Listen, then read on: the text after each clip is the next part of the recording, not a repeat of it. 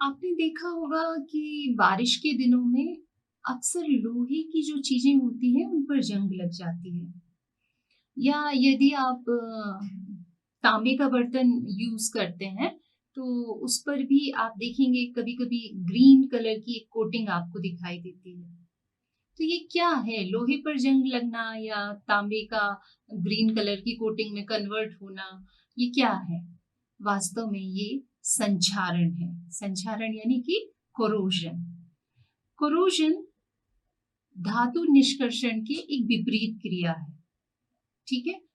इसमें हम क्या करते हैं, जब धातुओं को खुले वातावरण में छोड़ दिया जाता है तो हम देखते हैं कि जो उनकी सरफेस है वो धीमे धीमे नष्ट होकर एक दूसरे कंपाउंड में कन्वर्ट हो जाती है।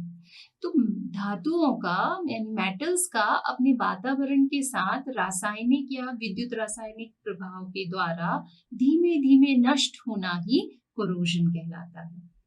कोरोजन लोहे पर जंग लगना या तांबे पर हरे कलर की परत का चढ़ना या मैग्नीशियम और टिन की जब क्लोरीन से रिएक्शन होती है तो उनका भी क्षरण होना, ये सब कोरोजन के ही एग्जाम्पल हैं। और इसमें हम क्या देखते हैं, ये हमारे मेटल की जो चमक है उसको फीका करते हैं, साथ ही उस पर एक अवांछनीय पदार्थ का निर्माण हो जाता है। तो ये कोरोजन क्यों होता है, इसके पीछे का कारण क्या है, आइए हम इसे समझने की कोशिश करते हैं।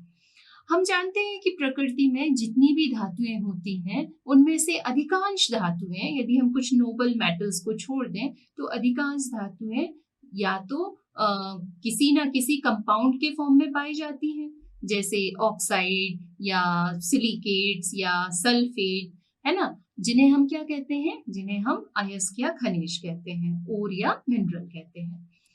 तो चूंकि ये प्रकृति में पाई जा रही है, इसका मतलब मेटल ये कंपाउंड्स बनाना चाह रहा है। और बनाना चाह रहा है तो बनेगा क्यों ये कंपाउंड? क्योंकि ये कंपाउंड स्टेबल होगा। तो जब हमने ये इन अयस्कों और खनिजों की स्टेबिलिटी को देखा तो ये पाया कि ये अयस्क और खनिज थर्मोडायनेमिकली बहुत स्टेबल होते हैं। तो चूंकि ये कंपाउंड बहुत स्टेबल थे और हमने मेटलर्जी यानी कि धातुओं के निष्कर्षण में क्या किया, इन कंपाउंड्स को तोड़कर उनसे हमने मेटल को अलग किया। तो चूंकि हम स्टेबल कंपाउंड से मेटल को अलग कर रहे हैं तो हमें क्या करना पड़ा, हमें बहुत अधिक उसमें एनर्जी देना पड़ी, हमें अपनी ऊर्जा को खर्च करना पड़ा। अब जब हमने उसको मेटल में कन्वर्ट कर लिया, जिसका आगे हम यूज करना चाह रहे थे, तो अब इस मेटल ने क्या किया, वापस से इन्वायरमेंट की moisture, oxygen, carbon dioxide etcetera जो डिफरेंट फैक्टर्स होते हैं, इन सब से रिएक्शन करके वो वापस किस में कन्वर्ट हो गई, अपने मूल अयस्क में कन्वर्ट हो गई। तो हमें मूल अयस्क नहीं चाहिए था, हमें क्या चाहिए था, मेटल चाहिए था। और मेटल ने क्या किया, वातावरण के द्वारा रिएक्शन करके अपने कंपाउंड में कन्वर्ट हो गई। तो मेटल का इन्वायरमेंटल फैक्ट जो डिफरेंट फैक्टर्स हैं उनके साथ रिएक्शन करके किसमें कन्वर्ट हो जाना, अपने यौगिकों में बदल जाना ही संक्षारण कहलाता है। अब ये जो कोरोजन है, संक्षारण है, ये दो प्रकार का होता है। एक तो एटमॉस्फेरिक कोरोजन और दूसरा इमर्ज्ड कोरोजन।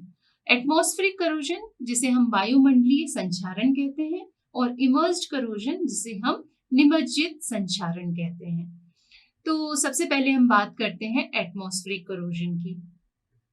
एटमॉस्फेरिक कोरोजन नाम से ही समझ में आ रहा है कि इस संक्षारण में जो हमारी मेटल है वो सीधा गैसों से रिएक्शन करेगी। किससे? वायुमंडल में क्या होती है, गैसें होती हैं, तो उनके साथ रिएक्शन करती है और किसमें कन्वर्ट हो जाती है, अपने ऑक्साइड या अपने ऐसे कंपाउंड में कन्वर्ट हो जाती है जिसमें वो गैसेस रिएक्शन कर रही हो।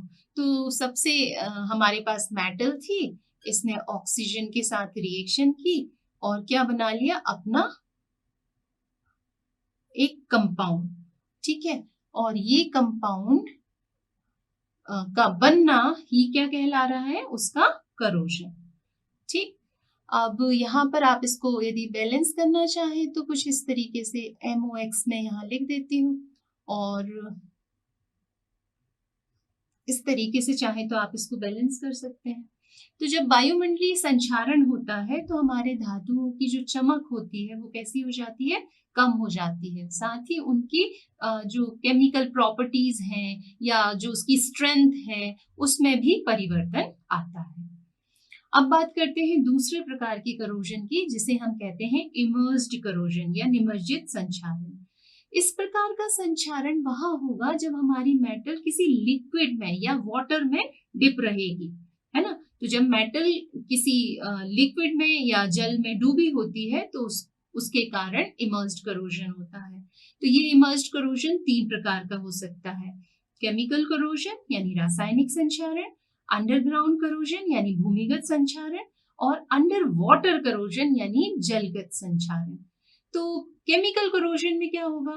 केमिकल करोजन में जो हमारी मेटल है वो लिक्विड के साथ कोई केमिकल रिएक्शन करेगी जिससे उसका क्या हो जाएगा, करोजन हो जाएगा और वो अपना कंपाउंड बनाएगी।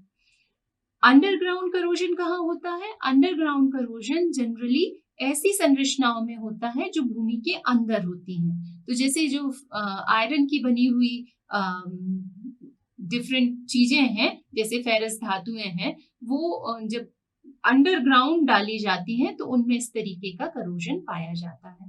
तीसरे प्रकार का करोजन है अंडर वाटर करोजन यानी जलगत संक्षारण।